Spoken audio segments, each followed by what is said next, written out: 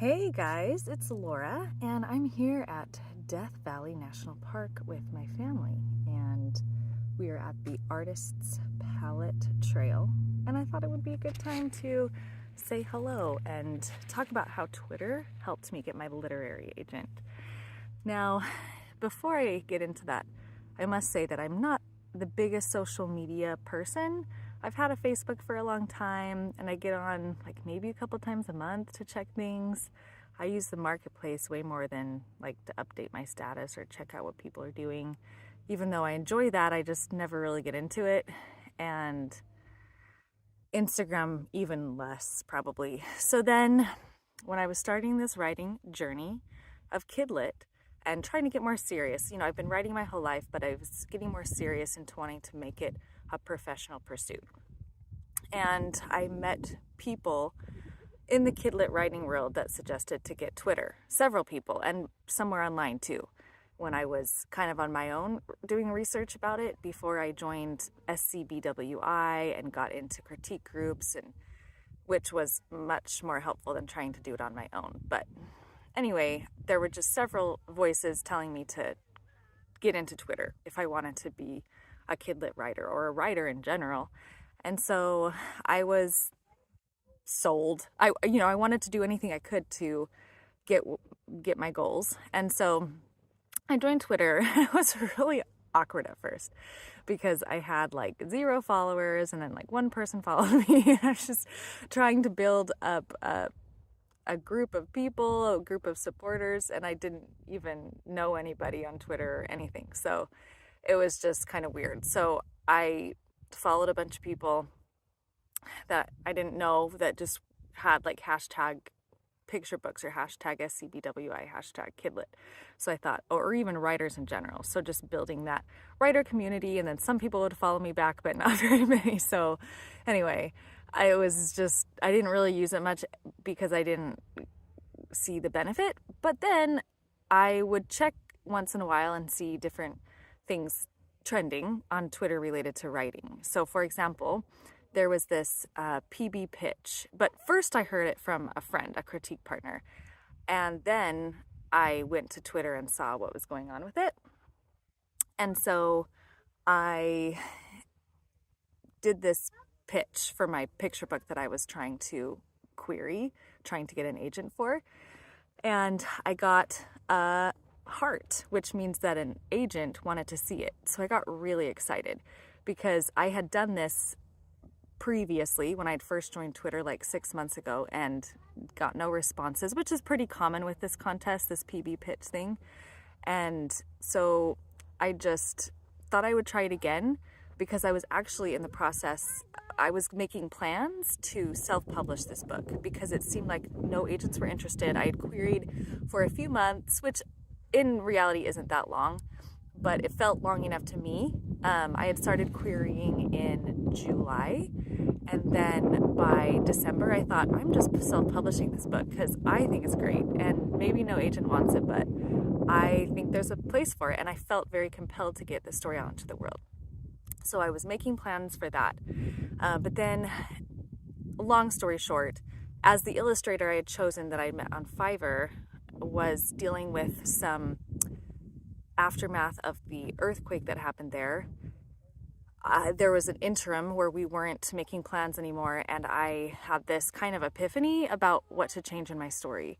And so I did that, and I then did that PB pitch with my new story. It was still the same baseline, but a pretty big change as far as the main character and his narrative arc and his emotional arc. So I changed that, and then I did that PB pitch thing and was really excited, but I actually never heard back from that agent.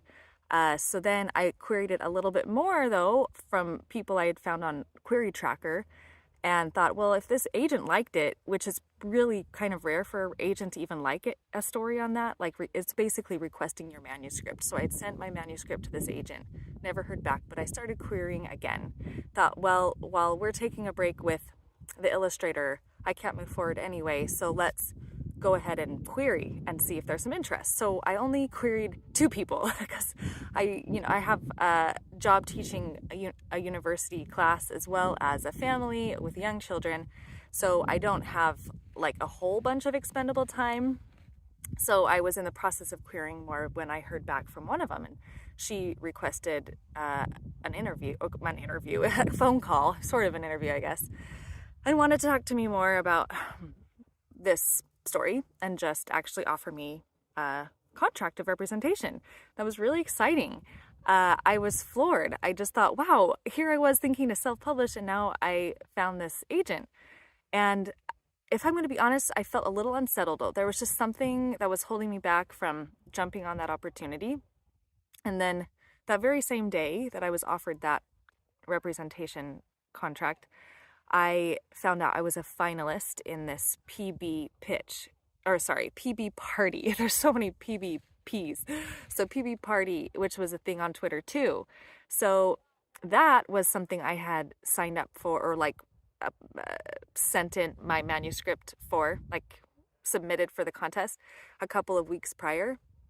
And that was something I'd also heard about from a friend first. And she had mentioned there's this thing called PB Party, and I didn't really still get what it was, but I just kind of like to do contests or, try little things to get myself out there.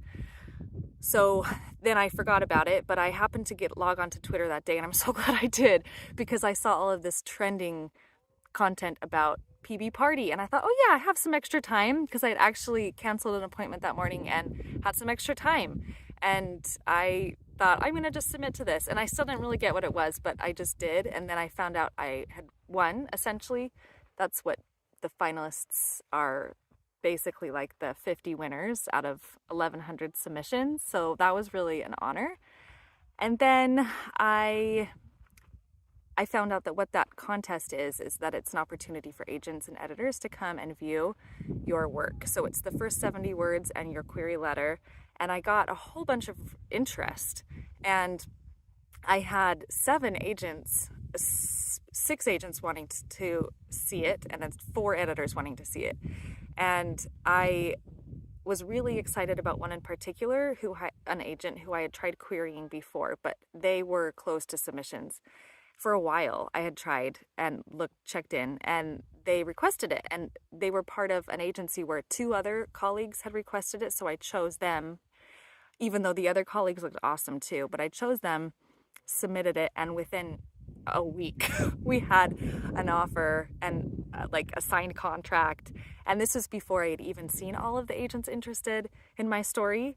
So I actually didn't even send my manuscript to 2 interested agents, but I was able to choose Joyce Sweeney from the Seymour Agency, who is, I instantly felt this like peace and this connection with Joyce. They were very encouraging of my story, and they were very real. It was just real. And they called me by name and were encouraging, and I could just tell they really believed in my story more than I felt with that previous agent, which either option could have been great. But I'm just so excited that I ended up with Joyce from this contest, which I found about on Twitter. And I would have signed with the other agent had I not submitted to this contest and then met Joyce, because that was what I was planning on doing. But then I had these other options, and I was able to make just a different decision. I was able to, kind of compare at the vibe I got and just the feel of it. And one of the biggest things is Joyce wanted to work with me long term, which was great. And the other agent was more of a story by story. So we had an agreement for a certain amount of time. And then if the story sold, maybe we would do more together, but not if it didn't. And I love that I'm not going to be in this situation trying to get an agent again, because I have one that wants to work with me forever. I want to work with them forever. So I'm just so excited. And that is how I got a literary agent from Twitter. And it all worked out the way it was supposed to work out. And I guess the bottom line is that there are some non-traditional options that people can consider in reaching their goals. Maybe something that even makes you a little uncomfortable, like going onto social media or whatever it is. Maybe that's not it, but just sometimes I think we have to step out of what we think might work and have an opportunity that we are really excited about. So thanks for listening to this story, and best of luck to you as you pursue your creative endeavors. Bye.